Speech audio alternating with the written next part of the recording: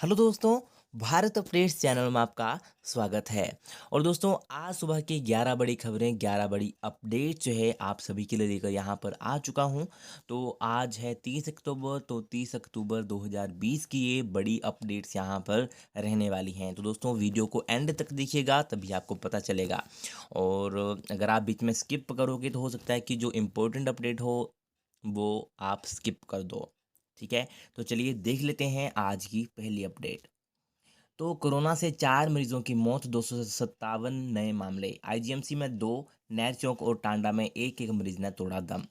तो दोस्तों, आपको बताना चाहूँगा कि अगर आप बिल्कुल ऑफिशियल अपडेट देखना चाहते हो तो आप मेरे टेलीग्राम चैनल के ऊपर विजिट कर सकते हो। टेलीग्राम चैनल का नाम है भारत अपडेट्स। इसके अलावा आप मुझे फेसबुक और ट्विटर के ऊपर भी फॉलो कर सकते हो। फेसबुक और ट्विटर का आईडी का लिंक जो है आपको डिस्क्रिप्शन में मिल जाएगा, वहाँ पर ही आप फॉलो कीजिए, वहाँ पर भी आपको अपडेट्स मिलती रहेंगी। तो यहाँ पर देख लेते हैं दोस्तों कहाँ पे कितने मामले जो हैं आए हैं। तो प्रदेश में वीरवार को कोरोना वायरस के 257 नए मामले आए हैं। शिमला जिले में 59, कुल्लू में 55, मंडी में 48, लाहौल में 41, चंबा में 13, सोलन में 12, हमीरपुर में 7, सिरमौर में 7, ऊना में 6, चंबा 5 व किन्नौर में 4 मामले जो हैं आए हैं। इसके साथ ही प्रदेश में कोरोना संक्रमितों का कुल आंकड़ा 21,476 पहुंच गया है। 2,768 सक्रिय मामले हैं। 18,378 संक्रमित ठीक हो चुके हैं। अब तक कोरोना मरीजों की मौत का आंकड़ा 301 पहुंच गया है। रिपोर्ट नेगेटिव आने के चंद घंटों बाद हुई कैदी की मौत।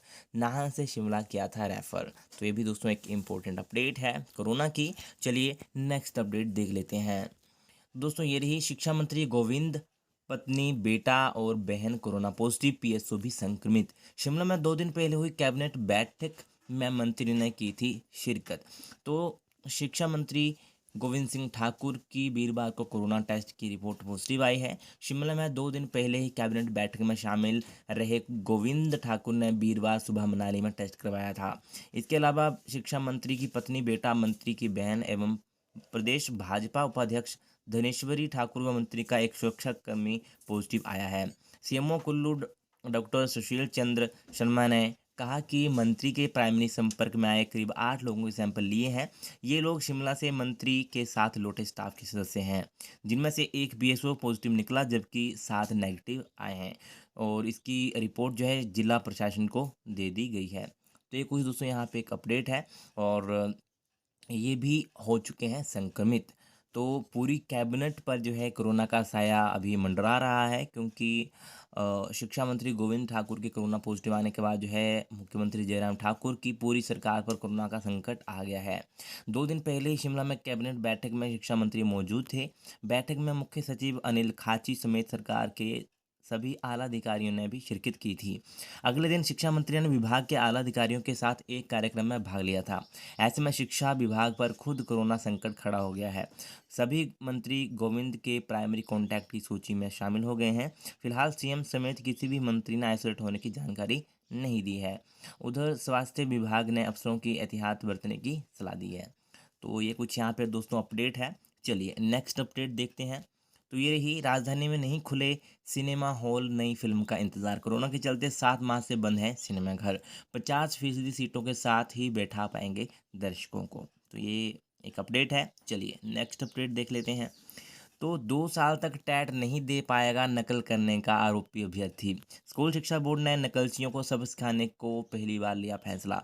स्कूल शिक्षा बोर्ड ने जून 2020 में लिए टैट टीचर एलिजिबिलिटी टेस्ट में नकल करने के आरोपी अभ्यर्थी को 2 साल के लिए परीक्षा देने के लिए अयोग्य करार दिया है। अभ्यर्थी 2 साल तक अध्यापक पात्रता परीक्षा में नहीं बैठ सकेगा।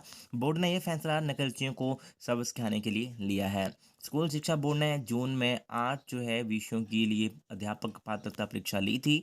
जेबीटी विषय के टैट के दौरान एक अभ्यर्थी को मोबाइल के जरिए नकल करते परीक्षकों ने पकड़ा था। इसके बाद अभ्यर्थी का रिजल्ट यूएमसी घोषित किया गया था। अब बोर्ड ने अभ्यर्थी सहित अन्य परीक्षार्थियों को नकल करने से रोकने और उन्हें सबक सिखाने के लिए अभ्यर्थी को 2 साल के लिए परीक्षा देने के लिए अयोग्य करार दिया है।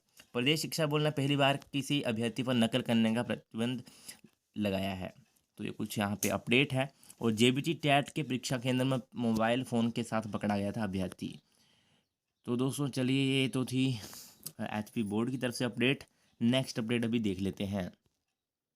तो 4 प्रश्न डाल दिए गलत, 96 सवालों के आधार पर एचएएस के नतीजे घोषित। राज्य लोक सेवा आयोग ने एचएएस की प्रारंभिक परीक्षा में 4 सवाल गलत ही डाल दिए। आपत्ति दर्ज होने के बाद चारों सवाल खत्म कर दिए गए। वीरवार को जारी नतीजे 96 सवालों के आधार पर जारी किए गए हैं। आंसर की में खुलासा हुआ।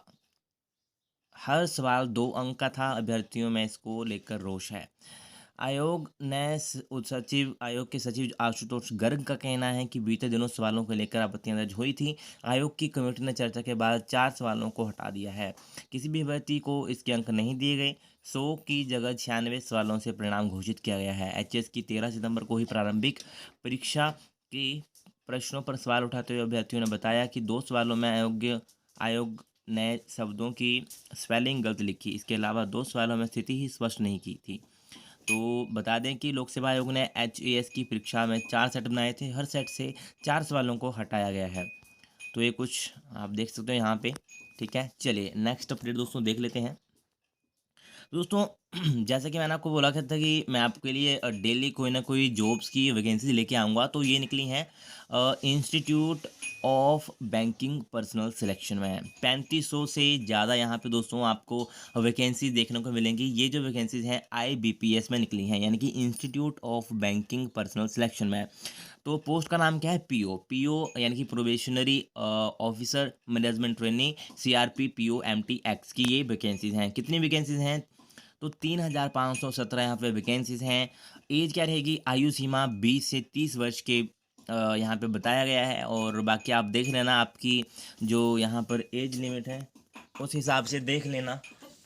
और पात्रताएं जो है स्नातक एवं अन्य पात्रताएं 11 नवंबर 2020। ठीक है, बाकी आप जो है नोटिफिकेशन देख लेना। आईबीपीएस का नोटिफिकेशन आपको मिल जाएगा और प्रारंभिक परीक्षा का सिलेबस वगैरह सभी उसमें आपको बताया गया है। ठीक है, और आवेदन की जो लास्ट डेट है, यानी कि अप्लाई करने की लास्ट डेट है, वो है 11 नवंबर। तो 11 नवंबर तक जो है आप ऑनलाइन इसके लिए अप्लाई कर सकते हो। ठीक है, तो ये कुछ दोस्तों जॉब की वैकेंसी थी और इसके लिए आप ज़रूर अप्लाई करें। अगर आपने ग्रेजुएशन की है तो आप इसके लिए अप्लाई कर सकते हो। ठीक है, चलिए नेक्स्ट अपडेट दोस्तों देख लेते हैं। स्कूल कॉलेजों में एक सीट छोड़ कक्षाओं में बिठाए जाएंगे विद्यार्थी। तो ये दोस्तों स्कूल कॉलेजों से रिलेटेड ये अपडेट यहाँ पर रहेगी। 2 नवंबर से नियमित कक्षाओं के लिए शिक्षा विभाग ने जारी किया एसओपी। तो थर्मल स्क्रीनिंग के बाद ही मिलेगा परिसरों में प्रवेश। तो ये एक इम्पोर्टेंट अपडेट है स्कूल कॉलेजों के जो विद्यार्थी हैं उनके लिए। तो 2 नवंबर से प्रदेश की स्कूल कॉलेजों में शुरू होने जा रही नियमित कक्षाओं में विद्यार्थियों को एक सीट छोड़कर बिठाया जाएगा। उच्च शिक्षा निदेशालय ने वीरवार शाम नियमित कक्षाएं शुरू करने के लिए एसओपी जारी कर दी है। विद्यार्थियों, शिक्षकों और गैर शिक्षकों को थर्मल स्क्रीनिंग और मास्क पहनने पर ही परिसरों में प्रवेश मिलेगा। प्रिंसिपलों की देखरेख में रोजाना शिक्षण संस्थान सैनिटाइजेशन करवाने होंगे। इसके अलावा कक्षाओं में सीटिंग प्लान तय करने को स्कूल कॉलेजों को विशेष कमेटियां बनाने के निर्देश जारी किए गए हैं। उच्च शिक्षा निदेशक डॉक्टर अमरजीत शर्मा ने बताया कि नियमित कक्षाओं को लेकर वीरवार को एसओपी जारी कर दी है। सभी प्रिंसिपलों को स्वास्थ्य और शिक्षा विभाग के निर्देशों का पालन सुनिश्चित करवाने को कहा गया है और कक्षाओं में एक सीट छोड़कर विद्यार्थियों को बिठाया जाएगा। अगर किसी कक्षा में विद्यार्थी अधिक रहेंगे तो 2 कक्षाओं में उन्हें बिठाया जाएगा। प्रार्थना सभाएं और खेल कूद गतिविधियां नहीं होंगी। और एक और यहाँ पे इम्पोर्टेंट अपडेट है कि खांसी बुखार के लक्षण वाले शिक्षकों के स्कूल कॉलेजों में आने पर रोक। हिमाचल में विद्यार्थियों के लिए नियमित कक्षाएं शुरू होने से पहले ही करीब 25 शिक्षकों के कोरोना पॉजिटिव निकलने से शिक्षा विभाग की परेशानियां बढ़ गई हैं। 2 नवंबर से 9वीं से 12वीं कक्षा और कॉलेज विद्यार्थियों के लिए नियमित कक्षाएं शुरू करने से पहले उच्च शिक्षा निदेशालय ने खांसी बुखार और जुकाम के लक्षणों वाले शिक्षकों के स्कूल कॉलेज में आने पर रोक लगा दी है। प्रिंसिपलों को स्कूलों में अधिक एहतियात बरतने की सलाह देते हुए स्थानीय स्तर पर एडवाइजरी भी जारी करने को कहा गया है। बिना थर्मल स्क्रीनिंग किसी को प्रवेश न देने के निर्देश यहाँ पे जारी किए गए हैं। और वीरवार को उच्च शिक्षा निदेशालय निदेशक जो है डॉक्टर अमरजीत शर्मा ने सभी प्रिंसिपलों और जिला उप निदेशकों को निर्देश जारी कर कहा कि अगर किसी भी शिक्षक में बीमारी का कोई लक्षण है तो बस स्कूल कॉलेज ना आए, सतर्कता बरतते हुए सफ़र करें। तो ये भी दोस्तों एक इम्पोर्टेंट अपडेट है स्कूल कॉलेजेस से रिलेटेड। चलिए नेक्स्ट अपडेट अभी देख लेते हैं। तो ये रही 38 पोस्ट कोड की लिखित परीक्षाओं का शेड्यूल जारी। दोस्तों कल ही मैं इसका डिटेल में वीडियो बना दिया था। मैंने जो है कल डिटेल में एक वीडियो इसकी बना दी थी, और 38 अलग अलग पोस्ट कोड के जो हैं दोस्तों यहाँ पे जो एग्ज़ाम शेड्यूल है वो जारी कर दिया है HPSSC ने। ठीक है, तो आपके एडमिट कार्ड जो 10-15 दिन जो है एग्ज़ाम से 10-15 दिन जो है अपलोड कर दिए जाएंगे, आप वहाँ से डाउनलोड कर पाओगे। उसके अलावा आपके जो रोल नंबर हैं वो आपको SMS के ज़रिए भी आपको पहुँच जाएंगे। ठीक है, और ये कुछ यहाँ पे दोस्तों अपडेट है, और एग्ज़ाम से 10-15 दिन पहले जो है आप इसको जो है डाउनलोड कर पाओगे वेबसाइट से। ठीक है, चलिए नेक्स्ट अपडेट। दोस्तों बोर्ड ने निकाला जमा 2 कंपार्टमेंट परीक्षा का परिणाम। तो 61.99% रहा रिजल्ट, साइट पर किया अपलोड। प्रदेश के 10,499 अभ्यर्थियों में से 6,493 ने पास की परीक्षा। तो ये कुछ अपडेट है, और 13 तक करें पुनर्मूल्यांकन पुनर्निरीक्षण को आवेदन। तो इसके लिए आप जो है अभी 13 नवंबर तक ऑनलाइन आवेदन कर सकेंगे, और पुनर्मूल्यांकन के लिए परीक्षार्थियों को 500 रुपये, जबकि पुनर्निरीक्षण के लिए 400 रुपये शुल्क जो है जमा करवाना होगा। और पुनर्मूल्यांकन को आवेदन के लिए संबंधित विषय में कम से कम 20% अंक होना अनिवार्य होगा। ऑफलाइन किसी भी आवेदन को स्वीकार नहीं किया जाएगा, यानी कि ऑनलाइन होगा इस बार। तो ऑनलाइन आपको इसके लिए अप्लाई करना पड़ेगा। 546 अभ्यर्थियों ने पास की HAS की प्रारंभिक परीक्षा। तो ये आपको मैं पहले ही बता चुका हूँ। तो 546 टोटल जो है यहाँ पे अभ्यर्थी हैं जिन्होंने जो है ये परीक्षा पास की है। ठीक है, और ये HP बोस की तरफ से दूसरी अपडेट थी कि बोर्ड ने यहाँ पे जमा 2 कंपार्टमेंट परीक्षा का रिजल्ट भी जो है घोषित कर दिया है। ठीक है, रिजल्ट अपना चेक कर सकते हो। चलिए नेक्स्ट अपडेट दोस्तों। तो दोस्तों HRTC बसों को नहीं मिल रही सवारियां, बंद होंगे 70 रूट। 30 से 35 किलोमीटर दूरी वाले हैं ये रूट, डीजल के पैसे निकालना भी मुश्किल। तो कोरोना काल के बीच लोगों के लिए शुरू की गई हिमाचल पथ परिवहन निगम HRTC की बसों को मुसाफिर नहीं मिल रहे। कई रूटों पर ये बसें खाली दौड़ रही हैं। आए होना तो दूर, डीजल के पैसे निकाल पाना भी मुश्किल हो रहा है। ऐसे में करीब 70 रूटों को बंद करने की तैयारी है। लोगों की मांग के बाद ही इन रूटों को बहाल किया गया था, लेकिन अब सवारियां नहीं मिल रही हैं। इन रूटों से निगम की 30% तक ही आय नहीं हो रही है, लिहाजा एक एक करके इन रूटों पर बसें भेजना बंद कर दी जाएंगी। हिमाचल के परिवहन निगम में के बेड़े में 3100 बसें हैं, जबकि रूटों की संख्या 2900 है। इनमें से 1800 रूटों पर परिवहन निगम की बसें दौड़ रही हैं। निगम का मानना है कि लॉन्ग रूटों पर परिवहन निगम की बसों के लिए सवारियां मिल रही हैं। तो ये कुछ अपडेट है दोस्तों। यहाँ पर बाहरी राज्यों के रूटों पर 70% ऑक्यूपेंसी। तो बाहरी राज्यों के लिए और नाइट रूटों पर चल रही बसों से निगम को ठीक आय हो रही है। इन दिनों बसों में 70% ऑक्यूपेंसी है। प्रदेश के नाइट रूटों वाली बसों में भी सवारियां ठीक हैं। प्रदेश सरकार दिल्ली के लिए भी बसें चलाना चाहती है, लेकिन केजरीवाल सरकार फिलहाल बसें भेजने को मना कर रही है। चलिए नेक्स्ट अपडेट दोस्तों। तो ये रही इम्पोर्टेंट अपडेट है दोस्तों। पुलिस भर्ती से रिलेटेड सिपाही भर्ती, सोशल मीडिया में उठी आयु सीमा में छूट देने की मांग। तो ये एक इम्पोर्टेंट अपडेट है पुलिस भर्ती से रिलेटेड। तो कोरोना की वजह से भर्ती में देरी की दे रहे दलील, फेसबुक ट्विटर पर चलाया अभियान। दोस्तों ये मतलब यहाँ पे एज के लिए यहाँ पे मांग उठा रहे हैं कि एज जो है, एज में उनको छूट मिलनी चाहिए, क्योंकि कोरोना की वजह से अभी इतने महीने वेस्ट हो गए, और उनकी जिनकी एज पहले होनी थी तो भी उनकी तो एज हो चुकी होगी। ठीक है, और अभी तक नोटिफिकेशन नहीं निकला है, तो उसको उससे यहाँ पे कहा गया है कि एज में थोड़ी सी यहाँ पे छूट दी जाए। तो 1300 से ज़्यादा कांस्टेबल के पदों को भरने को जयराम मंत्रिमंडल की मंजूरी के साथ ही युवाओं ने भर्ती की अधिकतम उम्र सीमा में छूट देने की मांग उठा दी है।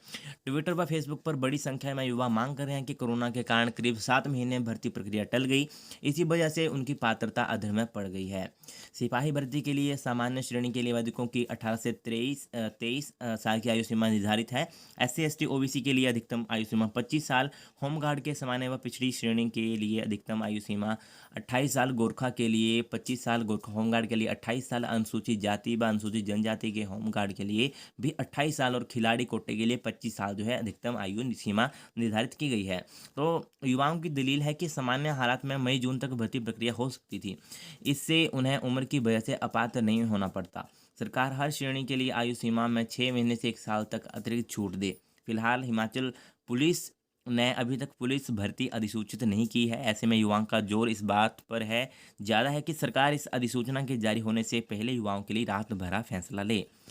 तो ये यही चाहते हैं कि जिनकी मतलब एज हो गई है, कोरोना की वजह से अभी लेट हो गया है इतना, अगर पहले हो जाता तो वो मतलब एलिजिबल थे, अब एलिजिबल एलिजिबल नहीं रहे वो, तो उनको छूट दें, इसलिए यहाँ पे ये कहा गया है।